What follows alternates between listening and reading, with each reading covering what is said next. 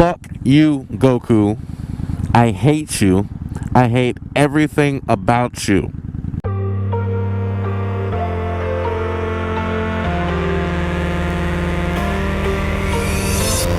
Go.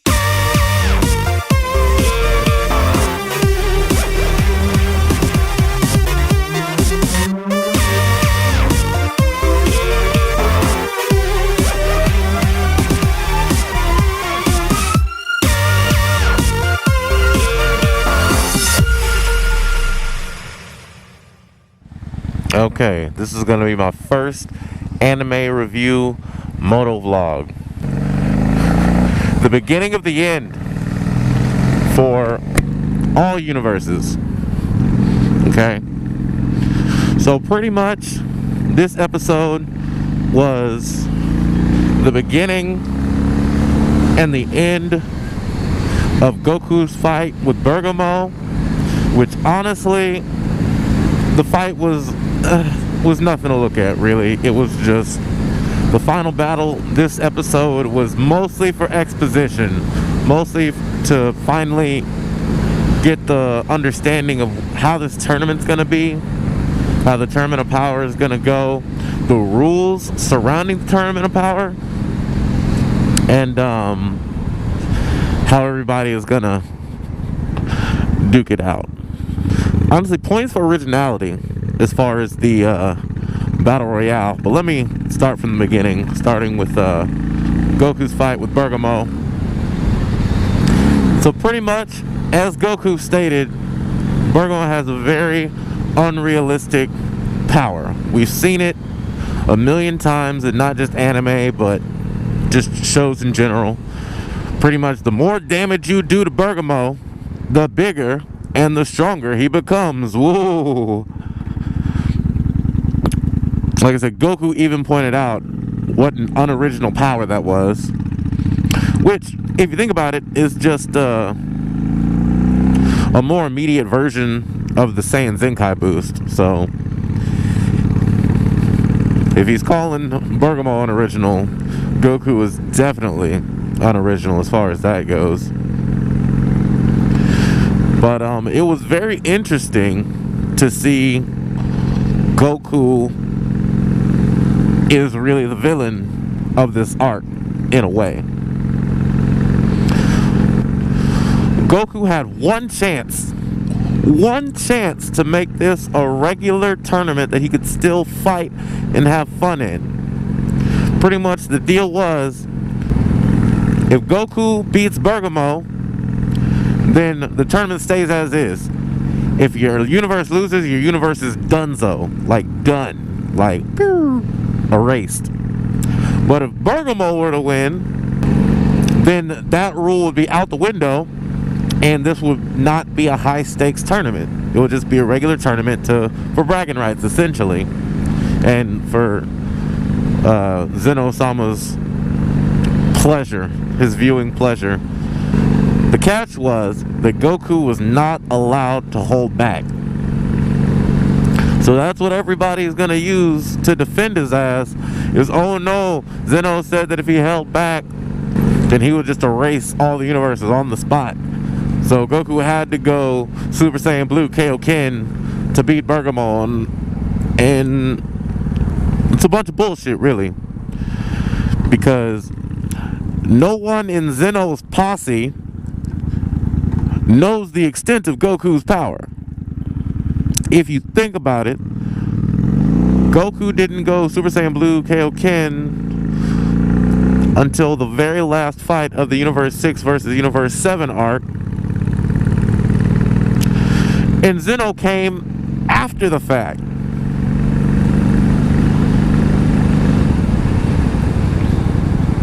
You know, they met up with Zeno after the fact. So he had no way of knowing just how powerful Goku was.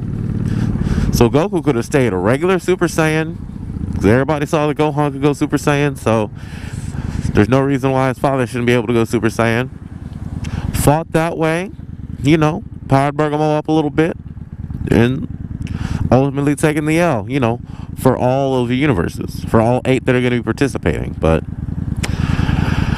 you know, Goku, the lovable fool. Well, pretty much all that is to say, fuck you, Goku.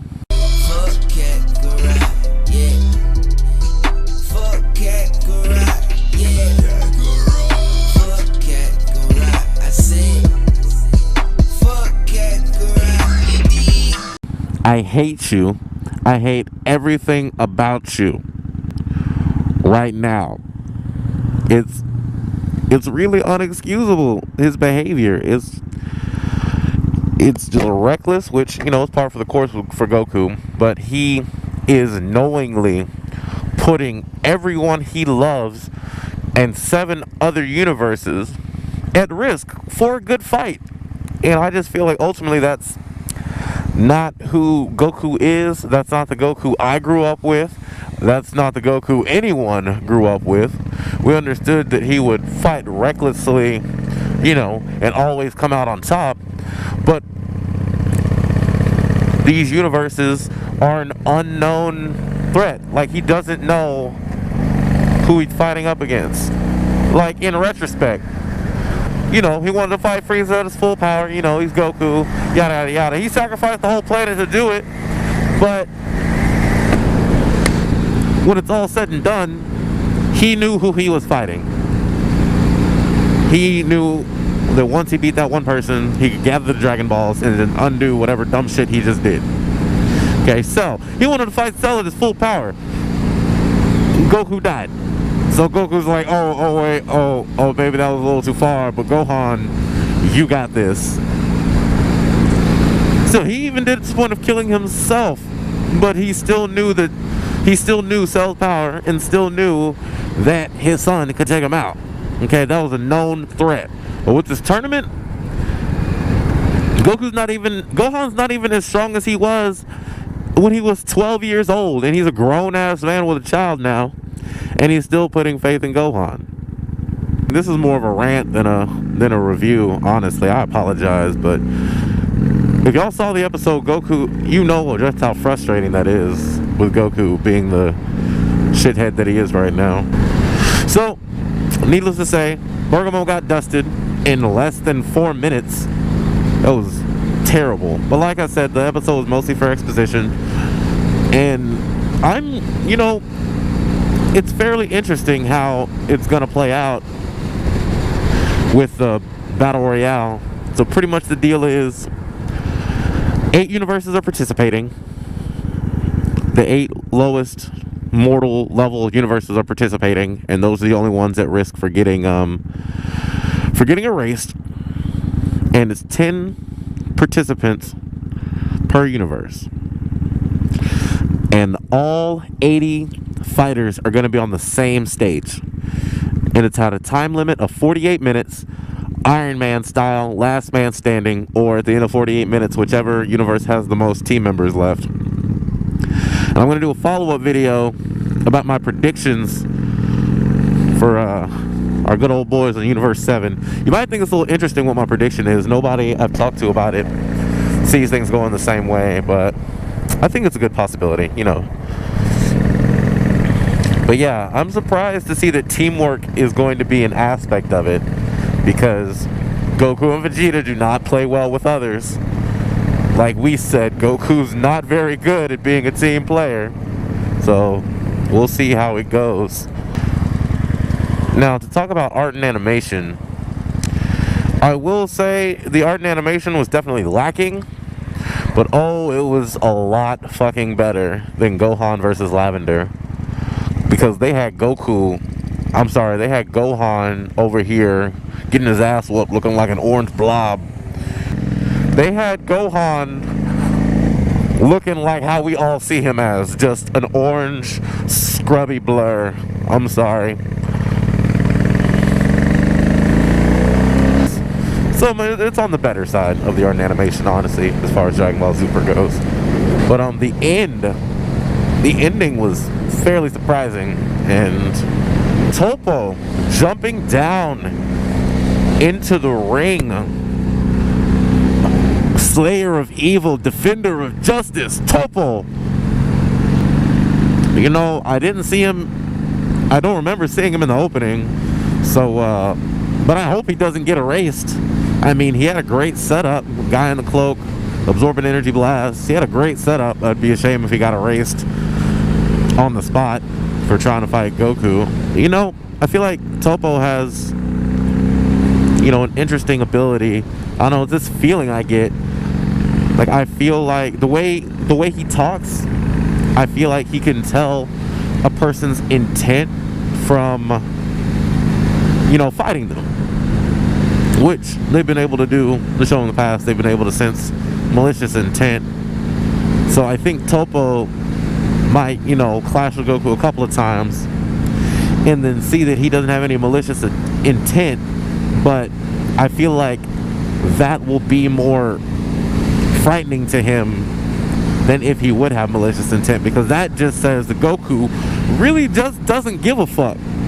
Like you could justify yourself if you can say, this man is evil, this man wants to destroy 7 other universes, and I will stop him as a warrior for evil, versus, oh, he just thinks this is a game, which is extremely frightening, which, you know, goes in hand with all of the gods seeing Super Saiyan Blue Kaioken and openly stating a power to rival the gods.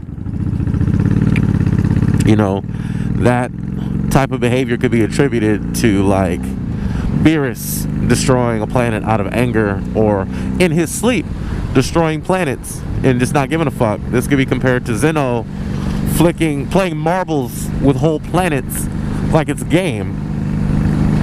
And so that could have Topo fearing Goku and have the others fearing Goku like he's a god as well. You know, that's another interesting dynamic. You know, overall, for what I believe they were trying to do, I'll say it was a good episode. It's definitely a good episode. Definitely worth a watch. It definitely progressed the story.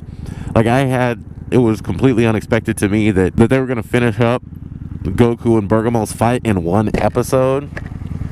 And my OGs out there, how many fights end in one episode that are supposed to mean something in Dragon Ball Z? Exactly. So it was definitely a surprise. They had the pre-battle dialogue, they had the battle, they had post-battle dialogue, and then set up for the next set of battles.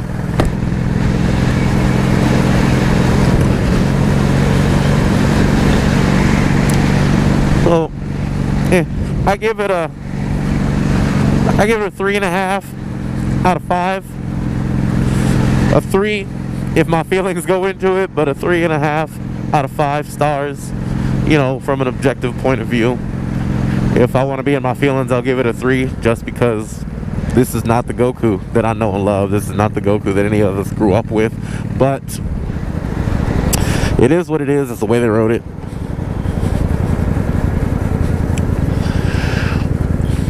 But yeah, also, you know, I've got a lot of content coming to the channel. Minor channel update. We've got a lot of content coming. Got a lot of ideas floating around in my head. Definitely gonna make these anime reviews a permanent part of my channel. It's something unique in that you have motovlogging and you have anime reviews, but I haven't seen a motovlogging anime review. They're probably out there, but hey, we'll see all the people I can reach with this. But yeah, you guys got any ideas, suggestions? Don't be afraid to make yourselves known, make yourselves heard. I know I'll post these links on my Facebook page, so people that know me, that love anime, you know, message me on Messenger.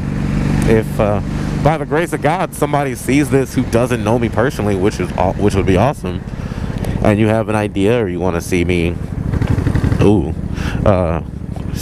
break my bike trying to accelerate in 5th gear, if you guys want to see anything specific, you know, drop a comment, share a video with your other anime heads.